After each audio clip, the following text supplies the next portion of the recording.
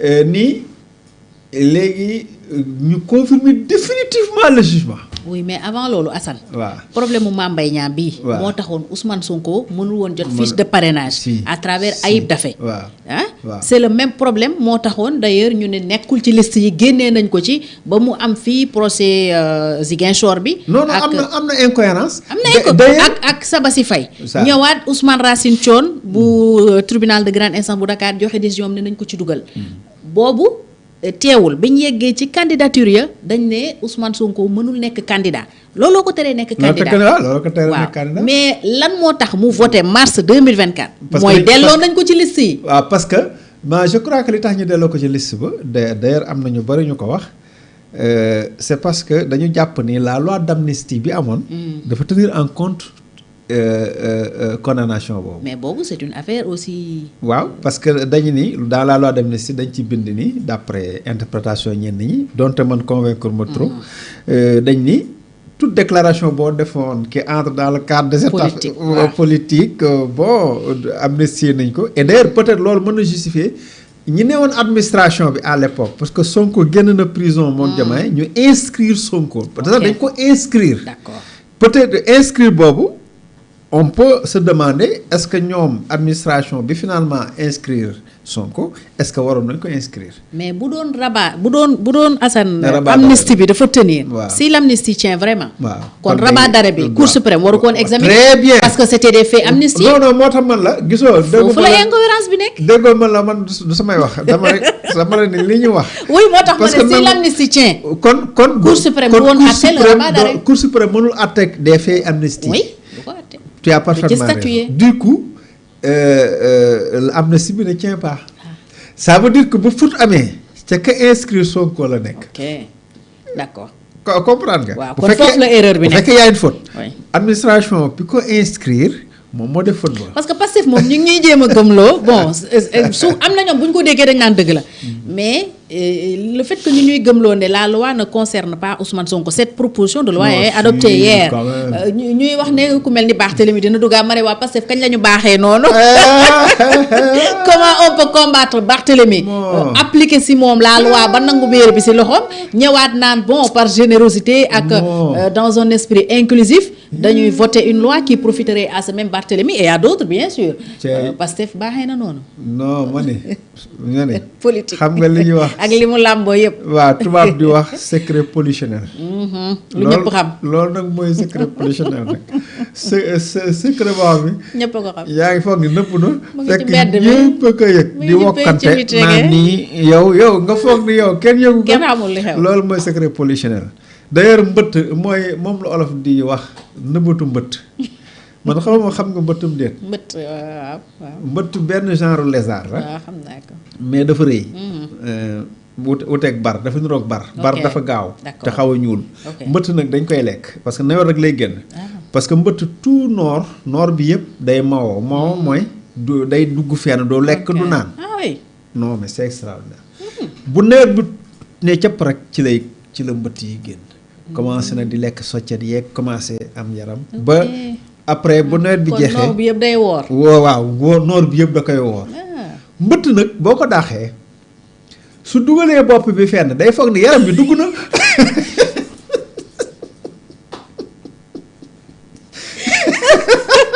ok moom pour moom bopp bi bu duggee rek moom kenn gisatu ko. kenn gisatu ko bu toog foofu ne bàyyi yaram bi ci biti. yàlla yërëm mbëtt. loolu mooy nëbbatu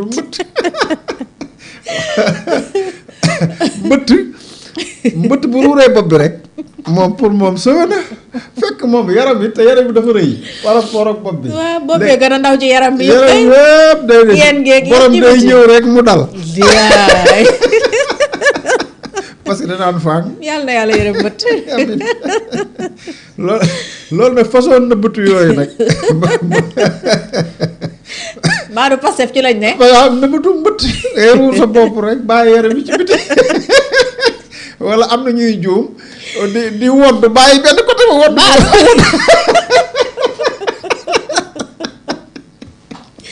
doy na waar. wala léegi nga jiital benn sër xam nga mag ñi dañ daan takk ñaari sër. sër ba ca suuf wadd yow doo ca xam dara doo ca xam dara. ngay dem rek. yow soxna si. nga naan te boobu exemple rek nga mënoon jël. déedéet am na yeneen am na yeneen yu ma mën a joxe ay faatu mais da am na yooyu ñi muy dal rek. waaw c'est vrai. da ngay foog ne nëbb nga. waaw fekk yow yaa nga ni faa nga ca biti. loolu nag mooy dal gars yi. loolu moo dal gars yi mais en réalité je crois que c'est clair que. loi bi problème d'éligibilité. non mais ñoom soupçonné nañ ko. sinon kay. moo leen jaral lii. moo tax ñu fatt ba jéem a fatt tous les tout. pour que au moins ñu bañ a am surprise. waaw c'est que tam foofu wóorul. wóorul suñ ko tegee rek ci voté woon na mars voté woon na truc. wóorul mën nañ dem ba 2029. mën nañ ne administration ñu mën a teggi. te parce que booba li tax ma évoqué ça la loi d'amnistie même bu fekkee bokk ci dañu nekkoon dans le contexte d'amnistie. waaw et que le régime booba commencé na favorable ci opposants yi nga xam ne ñu ngi doon guerre booba guerre bi jeex na. ñu ngi ci armistice.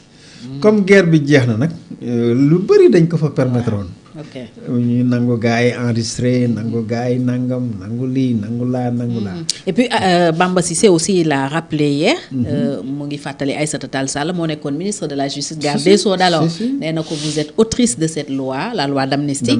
et bokk na ci exposé des motifs yi la mu waxoon mooy c'est pour permettre à certaines personnes. yoo xam ne mënuñu woon voter ñu mën a retrouver seen ay droits civiques et politiques.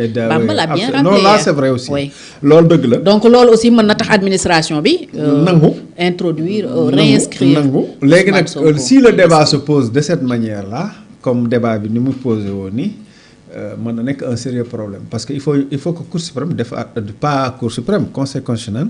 def attention sur toutes les candidatures d'ailleurs toutes les façons là le Conseil constitutionnel même bu ñu ko defee Cour constitutionnelle day def attention à toutes les candidatures. mais mën nañ ko dugal ci liste yi mu voté ba falu fi député ñu dindiwaat ko si.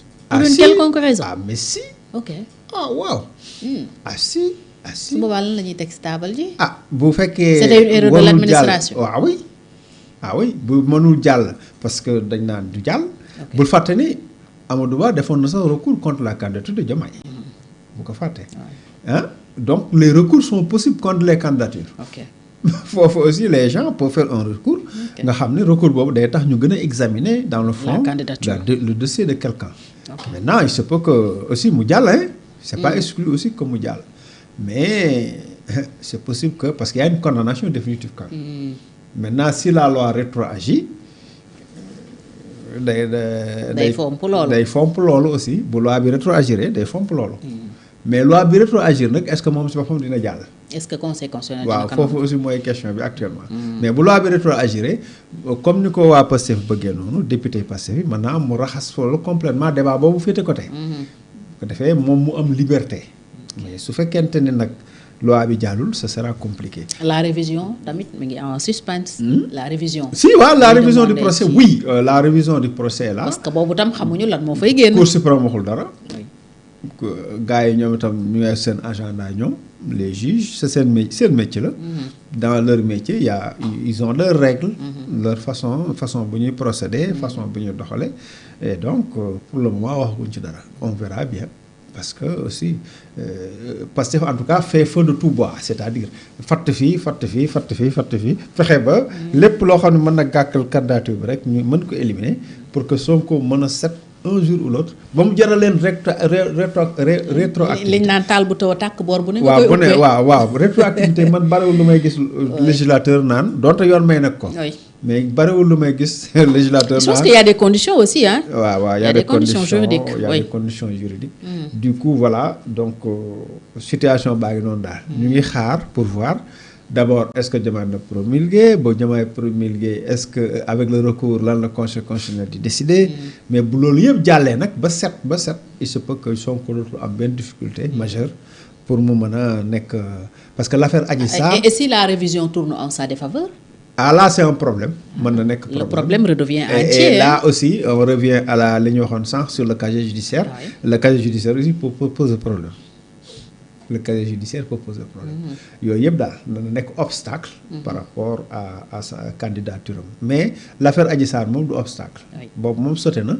donte am na ñu ko doon jéem a weddi y compris des avocats. parce que man mos naa dem TFM Maître El Hadj Diouf ni bon contumace bi kii bi tëbul parce que voilà jàppewuñ ko fee yooyu mais non la loi ne distingue pas doo distinguer fi loi bi distingue wul loi bi dañu rek boo jàppee nit ki nekkoon contumace rek jugement la condamnation saute fi mu ne la condamnation de Adji Sarr a sauté.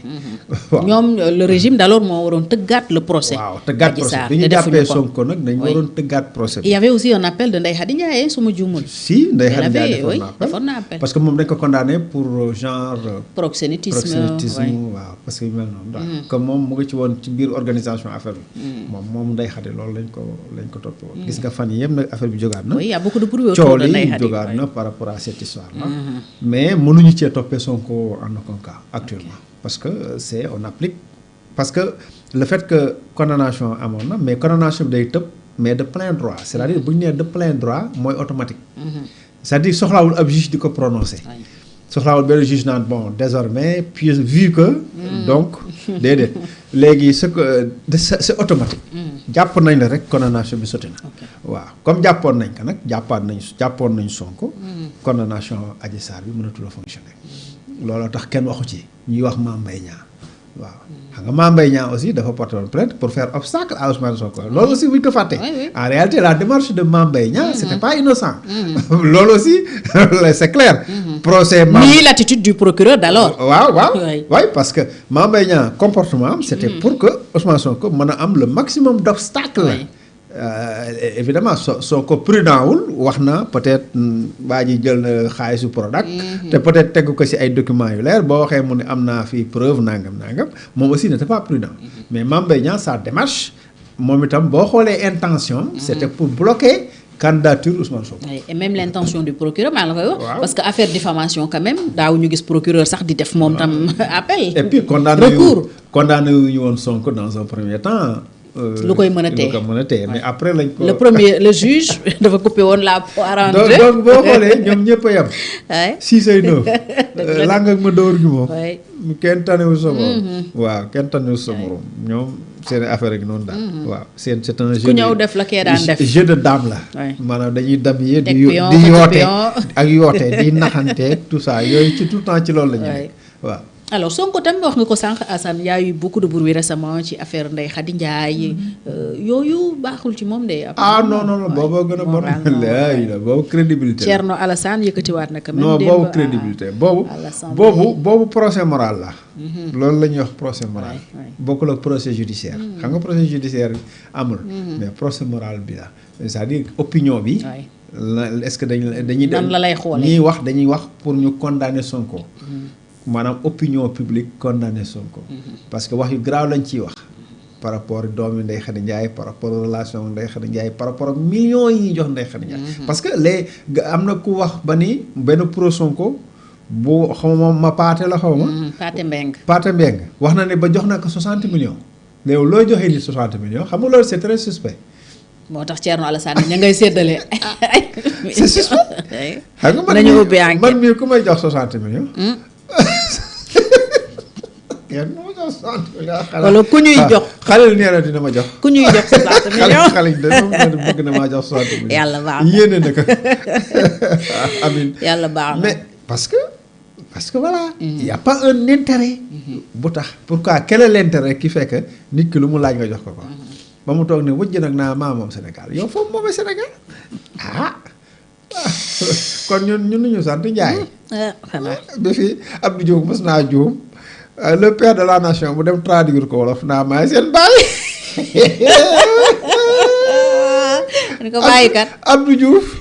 paay yeewu suba naan ñun de Diouf lañu paay yu bari mer paay ñu ne lan la Abdou Diouf suñu baay. mooy suñu baay. moo tax benn expression benn mot français. doo ko traduire littéralement. tradition du noonu. boo jël mot bi rek. traduire ko ci day daal ñu bari nag. waaw loolu kenn ko def. parce que mots yi. c'est l'esprit qu'il faut traduire. l'esprit il faut traduire avec l'esprit. bu dee droit dañu naan traduction synallagmatique. synallagmatique. waaw bokkul ak traduction textuelle. waaw traduction dafa am noo koy defee y a des méthodes de traduction. mais boo jëlee wax bi rek traduire non attends mais da ngay daanu ci suuf. ba xalaat waaw ba leneen lay tekki. waaw boo jëlee italien langue italienne. boo jëlee feu rouge. boo jëlee doo ko traduire feu rouge. fuoco rosso déedéet doo wax feu rouge da nga naan semaforo. semaforo mooy feu rouge en italien. gis nga traduction yi. doo ñëw def traduction littérale. naan fuoco rosso. parce que boo nee fuoco rosso. leneen lay tekki. feu rouge. littéralement c'est feu rouge mais leneen lay tekki mais fii c'est semaforo. boo bëggee wax feu rouge yi ci mbedd yi. donc gis nga langue yi. donc langue yi c'est toujours noonu lay bindee. yow bul traduire jël français traduire wolof wala wolof bi traduire français littéralement. boobaa du am signification. Abdou Diouf daal fa maay seen baay. paay ni ha. ñëpp far sant Diouf. kaar yi da ngay ree ba sol. ba bisi nii boo Sotrac da ngay dugg paay ñun kat Diouf lañu sant benn paa nga naan sant wa mu ni Diouf. Abdou Diouf fay sunu baay. nit ñi ree ñu ne lu xew ñu ne Abdou Diouf fay suñu nee na mooy suñu baay nee na mooy suñu baay. kon de coow toppoon na ko jamono yooyu. Sénégalais rek xam ne mos lu mu jàpp bala koo bàyyi. loola sonn. alors oui temps yooyu. temps yooyu dañu réew mi bëgg. alors Assane.